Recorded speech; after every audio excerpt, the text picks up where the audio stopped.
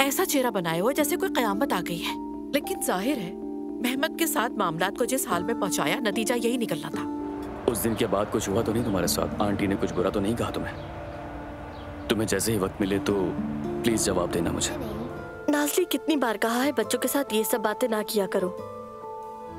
थोड़ा सा ये लीजिए और बाकी जायके हमारी अगली ब्रांच पर। वाह। मैं जगह पर आ गई हूँ, तुम कहाँ हो?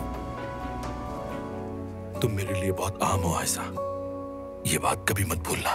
तुम्हारा मेहमत। आपका उससे कोई ताल्लुक नहीं। तुम्हारी हर चीज और हर मामले का ताल्लुक मुझसे है, क्योंकि मैं तुम्हारी माँ हूँ। अब मुझे अपने काम पर जाना चाहिए। मुझे भी अपने काम पर जाना है। मेरे लिए दुआ करना, ठीक है? ये आजकल के नौजवान माशाल्लाह, देखो उमर और आयशा कैसे एक दूसरे के साथ जुड़े हुए हैं। माशाल्लाह गुलाब की तरह एक दूसरे के साथ खिलखिलाते हुए। ठीक है जनाब, अभी आती हूँ मैं।